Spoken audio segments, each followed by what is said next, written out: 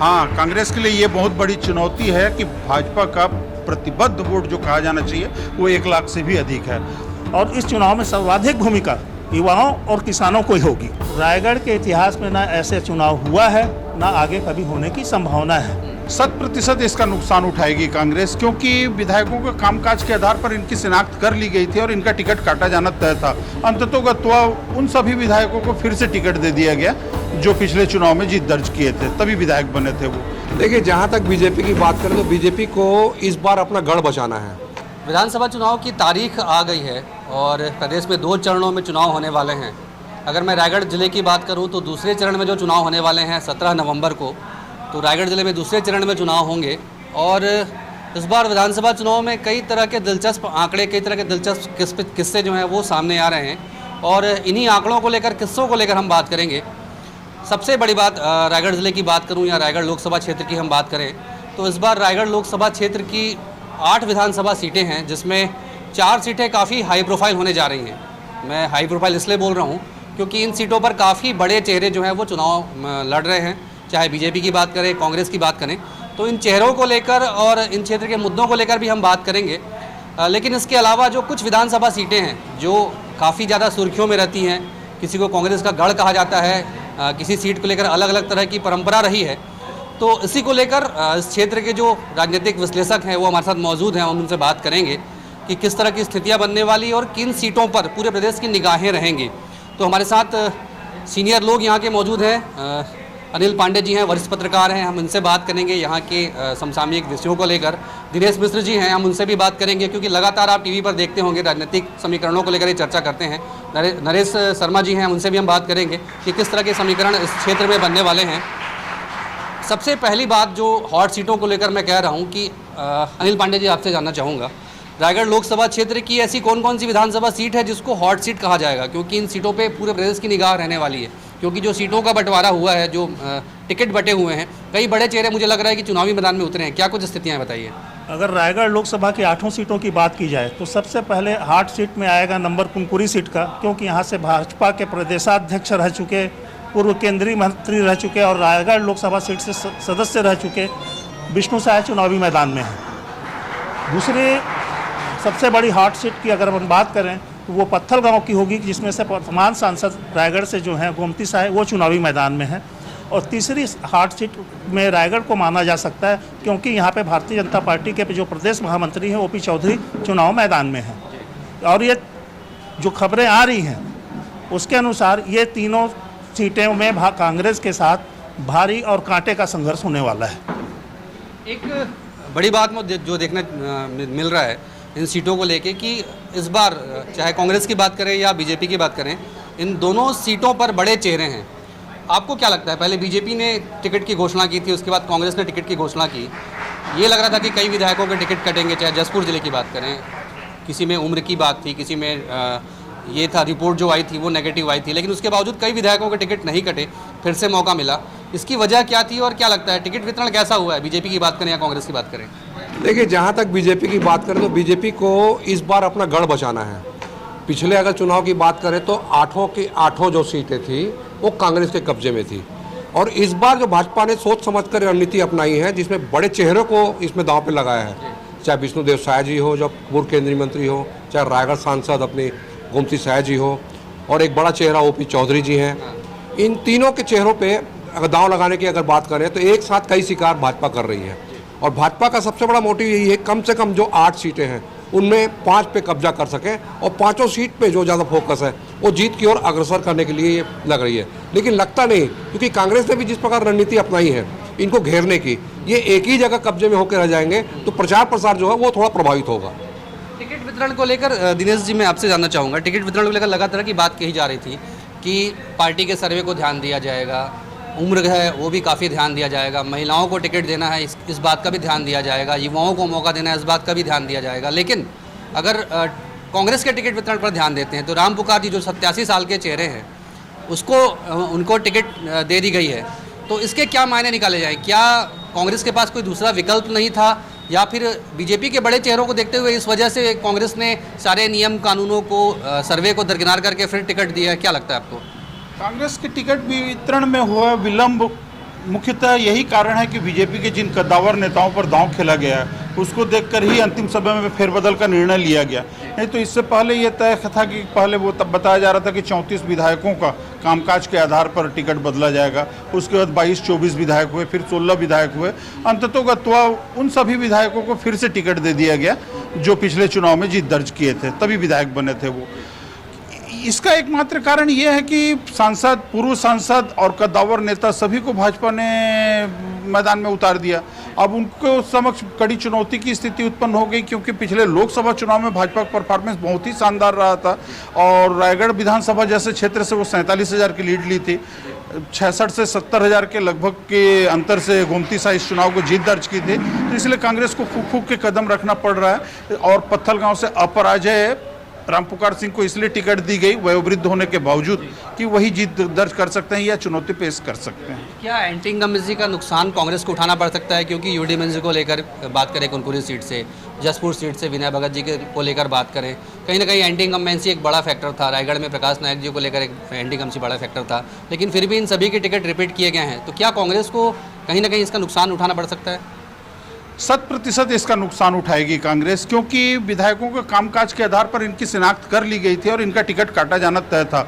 उसके बावजूद मजबूरी में उसे इन पर दांव खेलना पड़ा। और जिस तरह के कद्दावर नेता भाजपा पूरी ताकत लगा करके मैदान में है, तो उसके मद्देनज़र भाई एंटी इनकम्बेंसी हर सरकार के खिलाफ कुछ ना कुछ रहता ही है। इसको भाजपा पूरी तरह से इनकैश करेगी। तो रायगढ़ लोकसभा क्षेत्र की सीटों को लेकर हम लगातार चर्चा कर रहे थे और जब रायगढ़ की बात आती है तो रायगढ़ जिले की एक सीट है जिसको लेकर मुझे लगता है कि एक सेशन करना चाहिए मुझे एक, और वो सीट है खरसिया विधानसभा सीट। अनिल पांडे जी, आपसे जानना चाहूँगा, खरसिया सीट पे हम जब नज़र डालते हैं, जब से आज़ादी के बाद सीट अस्तित्व में आई है, लगातार एक के बाद एक कांग्रेस इस सीट से जीतती रही है। हाई प्रोफाइल सीट थी, कई रोचक किस्से भी हैं इस सीट को लेकर, वो मैं जानना चाहूँगा कि कुछ 2-3 दिलचस्प पहलू जो है वो आप मुझे बताइए उस समय का जब इस सीट से अर्जुन सिंह जी ने चुनाव लड़ा था। और दूसरा मैं आपसे ये जानना चाहूँगा कि वजह क्या है कि कांग्रेस का ये जो गढ़ है वो अजेय गढ़ है, हर बार जो है बीजेपी नए चेहरे को मौका देती है लेकिन जीत नहीं पाती, ऐसा क्यों? बीजेपी के खरसिया विधानसभा चुनाव से नहीं जीतने का यही सबसे बड़ा कारण है कि वो हर बार चेहरा यहाँ से बदल देती है। कभी भी उसने चेहरे को दोहराने का प्रयास ही नहीं किया और हर बार चेहरा बदल दिया। रहा बात की आप रोचक संस्मरणों की, तो पहले मैं आपको ये बता दूं कि खरसिया विधानसभा क्षेत्र से भारतीय जनता पार्टी ने दिलीप सिंह जूदेव, लखीराम अग्रवाल और गिरधर गुप्ता जैसे महारथियों को मैदान में उतारा था, परंतु एक बार भी इनको भी सफलता नहीं मिली। जब अर्जुन सिंह की मुख्यमंत्री बने चंडीगढ़ के राज्यपाल से आने के बाद, तो उन्होंने यहाँ से उपचुनाव लड़ने का निर्णय किया। उन्हें इससे पहले भरोसा दिलाया गया था कि आप नामांकन पत्र खाली भरो, उसके बाद आराम से आप चुनाव जीत जाओगे। उसके पीछे भी यही कारण था कि खरसिया विधानसभा सीट से कांग्रेस 25,000, 30,000, 35,000 से चुनाव जीता करती थी। अर्जुन सिंह आए चुनाव लड़ने के लिए खरसिया, इधर भाजपा ने भी अपनी रणनीति बनाई और उसने जसपुर से दिलीप कुमार सिंह जूदेव को यहाँ चुनाव मैदान में उतार दिया। ये चुनाव काफ़ी संघर्षपूर्ण रहा, क्योंकि दिलीप सिंह जूदेव ने पूरी यहाँ पे ऊर्जा झोंक दी, पूरे युवाओं का साथ उन्हें मिला, उन्हें सब कुछ मिलता गया। जब उन्होंने नामांकन रैली अपनी निकाली और वो पहाड़ी कोरबाओं को लेकर तीर धनुष के साथ जो जुलूस निकाला, वो देखने लायक था रायगढ़ में। इसके बाद अर्जुन सिंह के कान खड़े हो गए, उनको मन में कहीं से आ गया कि मेरे को भी तो यहाँ मेहनत करनी पड़ेगी। फिर उन्हें ये भी लग गया था कि गलत सीट का चुनाव उन्होंने कर लिया है? नहीं, उनको तो एक बार महसूस हो गया कि मैंने गलत सीट से चुनाव लड़ना फंस गया है, क्योंकि दिलीप सिंह जूदेव ने गांव-गांव, गली-गली घूमना चालू कर दिया था। उनको जिस प्रकार का समर्थन और जन समर्थन मिल रहा था, उससे अर्जुन सिंह के फिर कान खड़े हुए। और उसके बाद उन्होंने भी यहाँ पर डेरा डंडा डाला और उसके बाद जब कहीं पानी की समस्या थी तो वहाँ पे बोरिंग लगने लगा, जहाँ बिजली की समस्या थी तो वहाँ रातों रात तार खींचे गए, रातों रात बिजली का कनेक्शन दिया गया, जहाँ सड़क की समस्या थी तुरंत मिट्टी मुरूम डाल के वहाँ पे सड़क बनाई गई। अच्छा, लोग बोलते हैं कि ऐसा चुनाव ना कभी पहले हुआ है ना होगा, ये बड़ा हाई प्रोफाइल समय था। रायगढ़ के इतिहास में ना ऐसे चुनाव हुआ है ना आगे कभी होने की संभावना है, क्योंकि एक तरफ से तो मुख्यमंत्री के रूप में अर्जुन सिंह चुनावी मैदान में थे और छत्तीसगढ़ क्या कहूँ, मध्य प्रदेश के भी वो सबसे लोकप्रिय नेताओं में से कांग्रेस के एक थे, और उनको जिस प्रकार से चुनौती दिलीप सिंह जूदेव ने दी वो हमेशा इतिहास में याद करने लायक है, और जब तक होता है तब तक हम लोग उसका याद करते हैं। चलिए, और कुछ विषय उस पर भी बात करूँगा। एक बार फिर से रायगढ़ विधानसभा सीट की ओर आते हैं। नरेश शर्मा जी, आपसे जानना चाहूँगा, एक बड़ा दिलचस्प पहलू है, जब से छत्तीसगढ़ बना है, छत्तीसगढ़ बनने के बाद ये आंकड़ा दिख रहा है कि हर बार यहाँ से जो सिटिंग एमएलए होता है वो एक बार तो चुनाव जीतता है, लेकिन जब दूसरे बार टिकट मिलती है तो वो हार जाता है। क्या ये परंपरा बरकरार इस बार भी रहेगी? क्या स्थिति बन रही है और इसके पीछे कारण क्या है? क्या जनता चेहरा देखकर वोट करती है या पार्टी देखकर वोट करती है? क्या लगता है? देखिए, जहाँ तक अगर एक दूसरा चेहरा 2003 के बाद से, जैसे आप बात करें 2003 के बाद से यहाँ कोई भी प्रत्याशी दोबारा रिपीट नहीं हुआ है। इसका सबसे बड़ा कारण है यहाँ विकास की समस्याएं बहुत आता है, फिर बेरोजगार नाराज हैं, सड़क बिजली पानी जैसी गंभीर समस्याएं हैं, और दूसरी बात विधायकों का सक्रिय नहीं होना। आम जनता के बीच में अगर जाए तो वो चेहरे पुराने चेहरे हो जाते हैं और बुझे हुए चेहरे को यहाँ दोबारा तिलक करने की परंपरा नहीं है। आजमाने के भी तरीका जो यहाँ के लोगों का है वो अलग तरीका होता, पता नहीं चलता कि किसके खिलाफ में क्या माहौल है, अचानक ये परिणाम आते हैं। इस बार भी जो दिख रहा है, आखिर जद्दोजहद के बाद प्रकाश नायक को रिपीट किया गया है, लेकिन जो माहौल अब यहाँ दिख रहा है उसको लेकर काफ़ी जनता के बीच में अगर हम बात करें, जनता भी ये चाह रही है कि इस बार नया प्रत्याशी आए। और एक नई बात जो सामने आ रही, जो हम जगह जगह जाते हैं तो बताते हैं कि आप जो पढ़े लिखे लोगों की बात करें तो पढ़े लिखे लोग आपके बीच में नहीं हैं। ओपी चौधरी जी इस बार चेहरा जो सामने आ रहे हैं वो पूर्व कलेक्टर रह चुके हैं, एक पढ़े लिखा चेहरा है। और विधायक का, जैसे लोगों का मानना है कि विधायक पढ़ा लिखा होने से कई समस्या अपने आप पूरी हो जाती है, ये सबसे बड़ी एक फैक्टर हो सकता है। अच्छा, एक रायगढ़ जिले के बारे में एक और रोचक किस्सा है। विधानसभा से इतर मैं कहूँगा कि रायगढ़ जिला एक ऐसा जिला है जहाँ की नगर निगम ने पिछली बार चुनाव में ऐतिहासिक फैसला सुनाते हुए किन्नर को मेयर बना दिया। आप जनता की नाराज़गी समझिए कि उन्होंने भाजपा और कांग्रेस के दिग्गज चेहरों को दरकिनार कर दिया और किन्नर को जिताना मुनासिब समझा, क्योंकि वो इस कदर नाराज़ थी कि वो नहीं चाहती थी कि अब इन दोनों प्रत्याशियों को फिर से मौका मिले।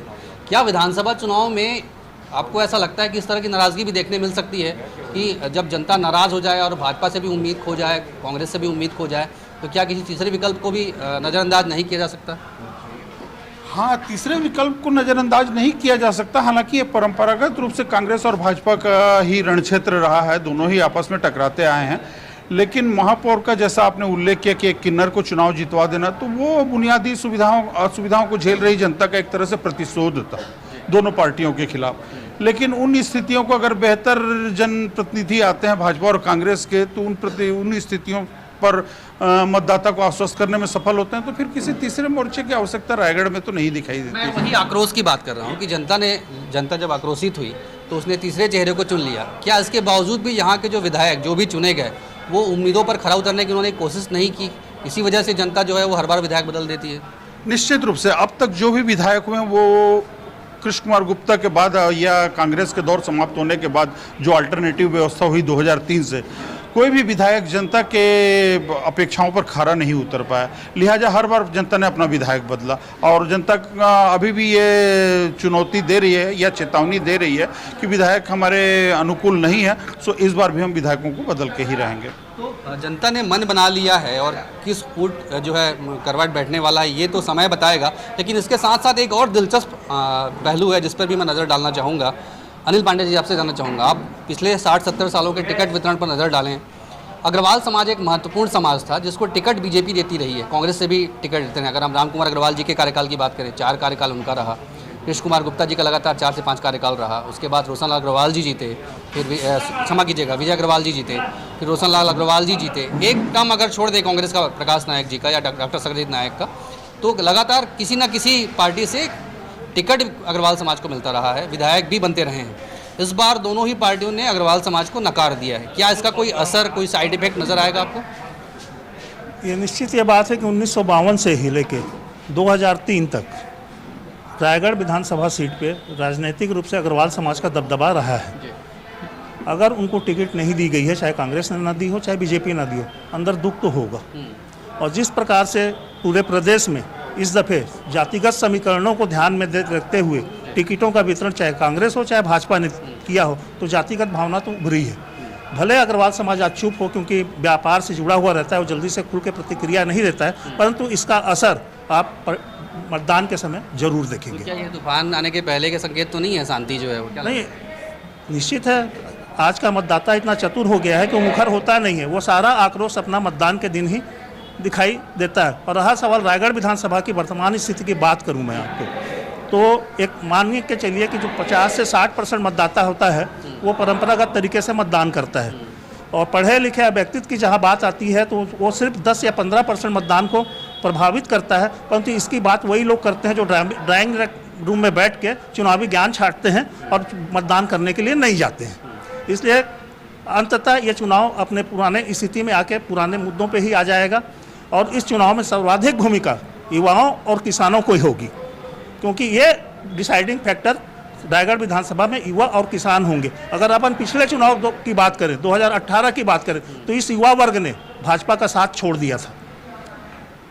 आप ध्यान रखिएगा, सिर्फ 2013 का ही एकमात्र ऐसा चुनाव था जहां पे प्रत्याशी रूप से भाजपा को 92,000 वोट मिल गए थे, नहीं तो बाकी किसी 2003 से आप लगातार देख लीजिए, कभी 55,000, कभी 60,000, कभी 59,000 इनको वोट मिले हैं।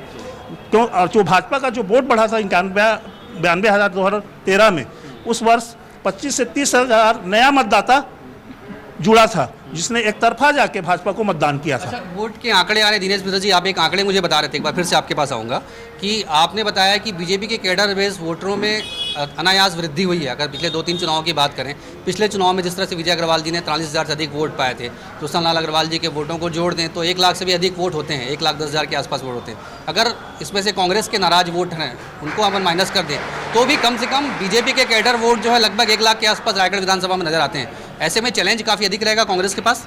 हाँ, कांग्रेस के लिए ये बहुत बड़ी चुनौती है कि भाजपा का प्रतिबद्ध वोट जो कहा जाना चाहिए वो 1 लाख से भी अधिक है, और कांग्रेस पिछले 2003 से अब तक का चुनाव देखें तो 70-72 हज़ार से अधिक वोट हासिल नहीं कर पाई है, नहीं बढ़ा है। तो कांग्रेस का इस मामले में तो ये कहना निश्चित है कि 40,000 वोट तो वैसे ही पीछे हैं। रह गया फ्लेक्सिबल वोट जो इधर उधर लचीला रुख और जो परिणाम को प्रभावित करते हैं, वो वोट भी 30-35 हज़ार कम से कम है। तो सीधी टक्कर की स्थिति में ये वोट इस बार कद्दावर नेता होने के कारण या युवा वर्ग में बहुत अच्छा क्रेज होने के कारण, महिलाओं और बुद्धिजीवी वर्ग में भी जिस तरह का क्रेज ओपी चौधरी भाजपा के प्रत्याशी के प्रति दिख रहा है, तो ये वोट उनके पक्ष में जाने के आसार ज़्यादा दिखाई दे रहे हैं। और भाजपा के कैडर बेस पार्टी है और उसके प्रतिबद्ध वोटों पर कहीं पर सेंध लग पाने की स्थिति नहीं के बराबर दिख रही है। तो रायगढ़ जिले की 8 सीटों पर, क्षमा कीजिएगा, रायगढ़ लोकसभा क्षेत्र की 8 सीटों पर मुकाबला काफ़ी दिलचस्प होने वाला है। और जिस तरह से लगातार हमारे साथ जो बैठे हुए हैं वरिष्ठ जन वो बता रहे थे कि किस तरह से मुद्दों को लेकर यहाँ की जनता वोट करती है और जनता ने मन बना लिया है। जनता के मन में क्या है ये आने वाला वक्त बताएगा, लेकिन ये मान के रखिए कि इस लोकसभा क्षेत्र में 8 सीटों पर मुकाबला काफ़ी दिलचस्प होने वाला है। तो हमारे साथ बने रहिए। फिलहाल मुझे दीजिए इजाज़त, नमस्कार।